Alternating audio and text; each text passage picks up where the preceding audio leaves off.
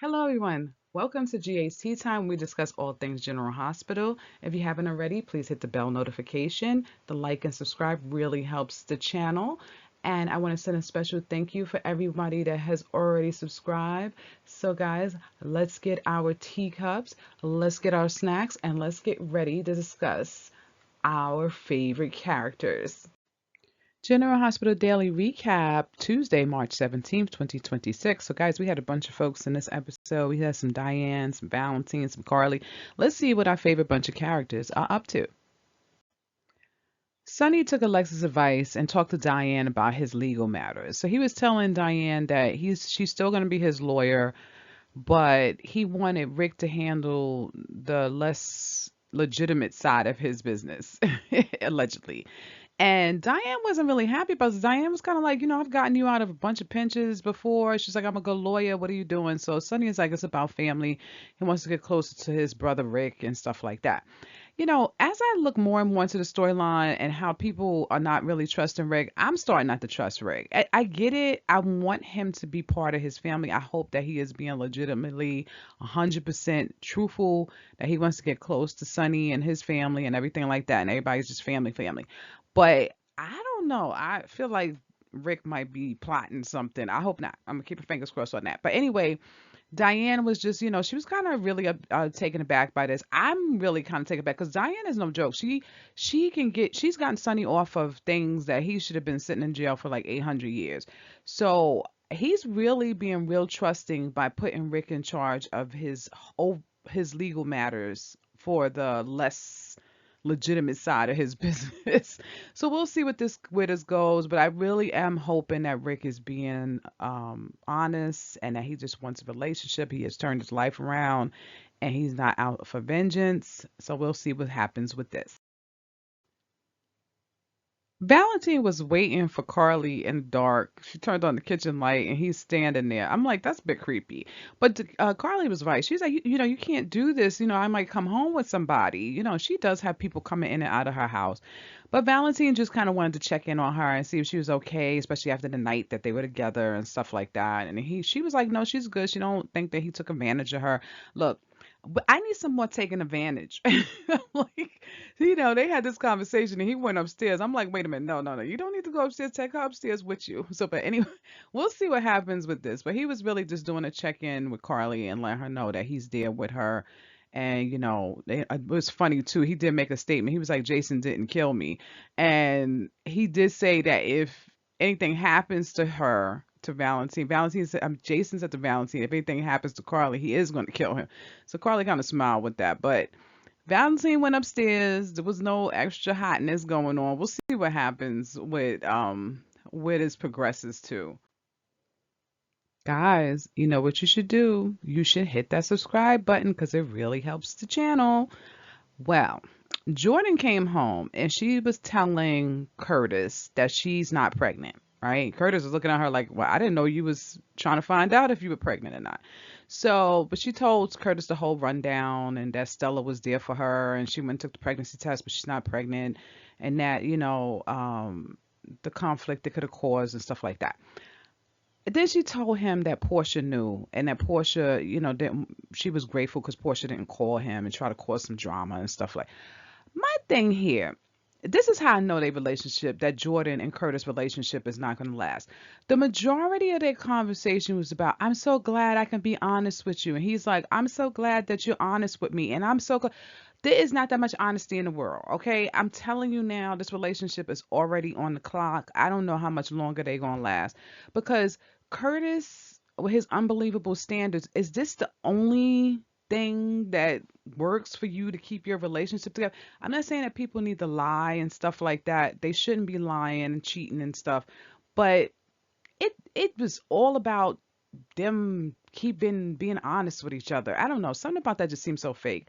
But anyway, at the end of this, they were all happy and lovey with each other, and that's where that ended. Stella. I had a problem with this segment. I was watching this and I could feel fume coming out my head. It's like this is getting to me. Stella comes in and tells Portia, leave Jordan alone. You got to leave her alone. She's not pregnant, but you shouldn't be involved in this and stuff. But she made this all about like Portia was doing something. So, look, I know there's a lot of people out here that wasn't, they're not Portia fans, but this here was wrong.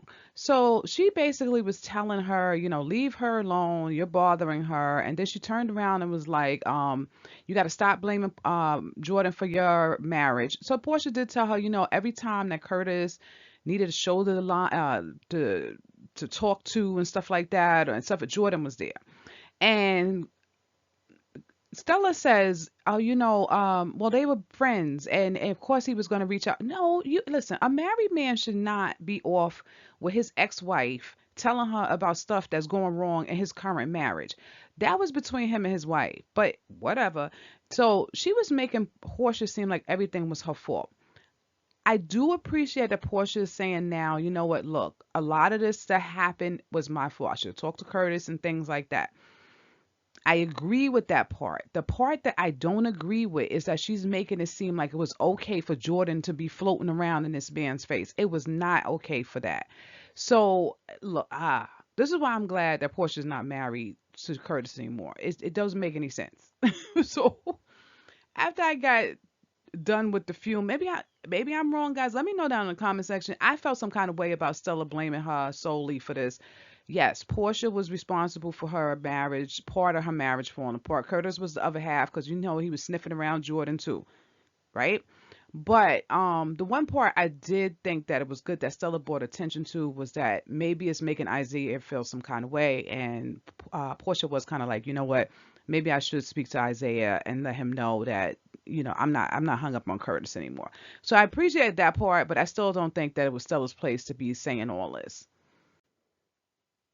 Isaiah came in and Portia kind of gave him the rundown of what happened. No, Jordan's not pregnant and Stella coming in. But she did let Isaiah know that, listen, she's not hung up on Curtis, that, that part of her relationship is done. She knows a lot of it was her responsibility, that the reason why her marriage fell apart and things like that. And she has to get over her resentment of Jordan. I appreciate Isaiah's response because he said, you have the right to feel the way you do. And that is the truth. Her marriage fell apart. She was a lot responsible for it. Don't get me wrong. I'm not saying that, Portia didn't have her play in it. But she has the right to feel some kind of way about Jordan. I don't think she should let it consume herself with that. It's over. Your marriage is over. But this lady was sniffing around her husband, and so was Curtis. He was looking at her. Look, let's call a spade a spade. We all know that those two wanted to get back together. So regardless or not, their Portia's marriage wasn't. She was an angel, and she didn't do anything. He was going back to Jordan. Alexis was talking to Rick, and Rick was trying to convince Alexis again that he changed. He's a changed man. I mean, he was down in the basement. All that. Alexis was not hearing it. She was like, "Let me have your phone, if you just in case you're trying to record me and put me in jail." But he kept on saying, like, that experience with Ava and Alexis and Christina tying him up changed him, and he wants to be a better person and wants to be in his family's life and stuff like that. Alexis is not buying it. She's like, I don't believe you. And Rick is like, he was meeting Elizabeth for dinner, so he got up and left and went to Elizabeth, but he did not convince Alexis that he was changed.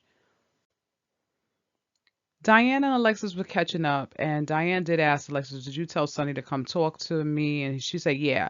And Diane was just like, "I'm a good lawyer, and you know what? Sonny's gonna be back." And Alexis was like, "That's the truth. He's gonna be back," because both of them don't believe that Rick has changed at all. And Diane was like, "Yeah, when he comes back, I'm gonna charge him double." And Alexis was like, "You need to charge him triple." I agree. I'm hoping, like I said earlier, that Rick is on the up and up, but something tells me Diane is going to be his lawyer, his full lawyer, sometime in the future. Josh, Emma, Trina, Kai, and Gio were at the bar having a drink. When Josh came in, the group was kind of asking her, like, where you been at? Like, we haven't seen you. And she just was kind of making excuses, saying that, she's been studying a lot and this and that. Josh looked up and she saw Cullum and Brennan come in, and she was like, you know what, I got to get out of here. So they were like, where you going? And she was just like, no, no, no, I forgot I don't have a paper. I need to leave. Because she didn't want Cullum to see her. Remember, she's supposed to be playing the ditzy college student. But my thing is, if you're the ditzy college student, why are you trying to leave? Like, you sitting with other college students. This is the perfect camouflage. But anyway, I guess if Cullum came over and spoke to her, maybe it would show that, I don't know. So anyway, Josh got up to leave. Trina went with her. Trina was like, "Oh, I'll walk you out." And then Cullum came up, and he was like, "Oh, there you go again," talking to Josh. So Josh started acting like a ditzy college student, and when he walked off, Trina was like, who's that man? He looks creepy," because he does. And Josh was like, "Oh no, yeah, he does. He's been bothering me. He's been trying to talk to me and stuff like that. That's why I act like I was the ditzy student."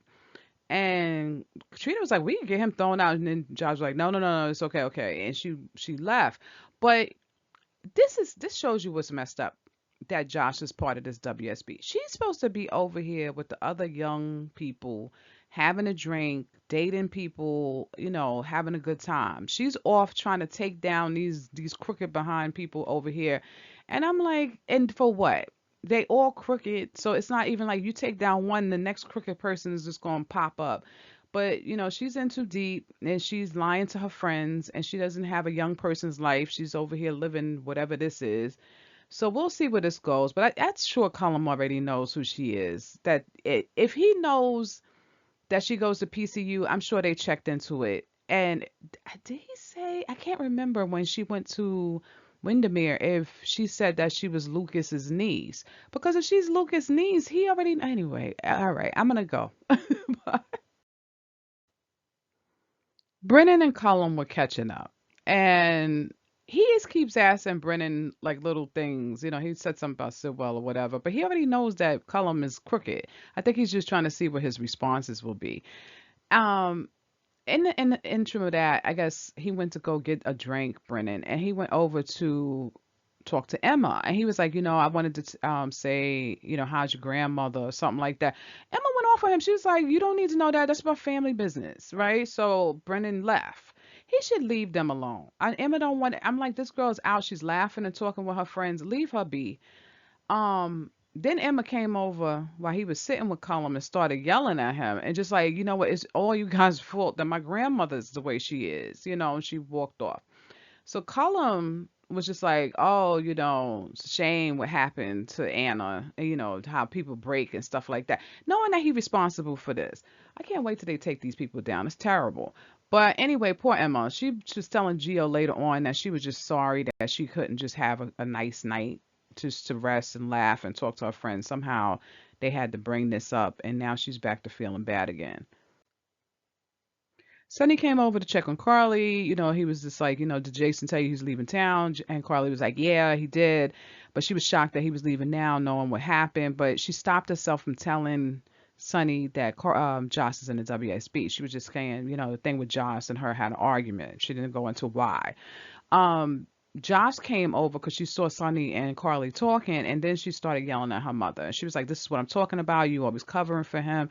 Why don't you?" And then she turns to Sonny and she's like, "You need to just leave everybody alone." She was like, "You're surviving kids and stuff like that."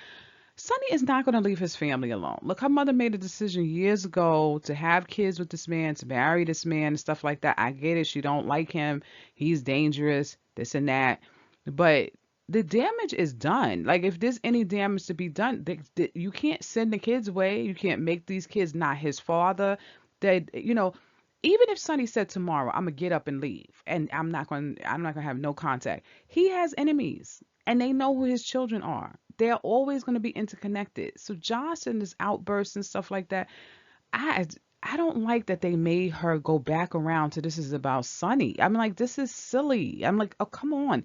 But anyway, maybe it's me. Okay, I know it's my rant, but let me know what you think. I think it's dumb. I think Josh needs to go be a doctor at at the hospital, at General Hospital, and go do something else. Save lives, Josh. Save lives. So let me know what you guys think. And down in the comment section, what was your favorite part about this episode? I think my favorite part, of course, I saw Valentine and Carly spotting. I I feel like they could have expanded on that, but whatever. What was your least favorite part? My least favorite part was Stella. I did not like that. I don't think that was her place. I think that was way out of place. As a matter of fact, I think this whole episode, there was a few people that were way out of line with what they were saying, but Stella was just no. But I would love to know what you think. Don't let my comments be a bias. I always love to hear from you guys down in the comment section. Again, I try to answer every post. So please just leave us. If you don't even leave a comment, leave a little smiley face. I like that too. But guys, don't forget to hit that bell notification and to like and subscribe because it really helps the channel. And thank you guys again for joining us at GHT time. Till next time, bye.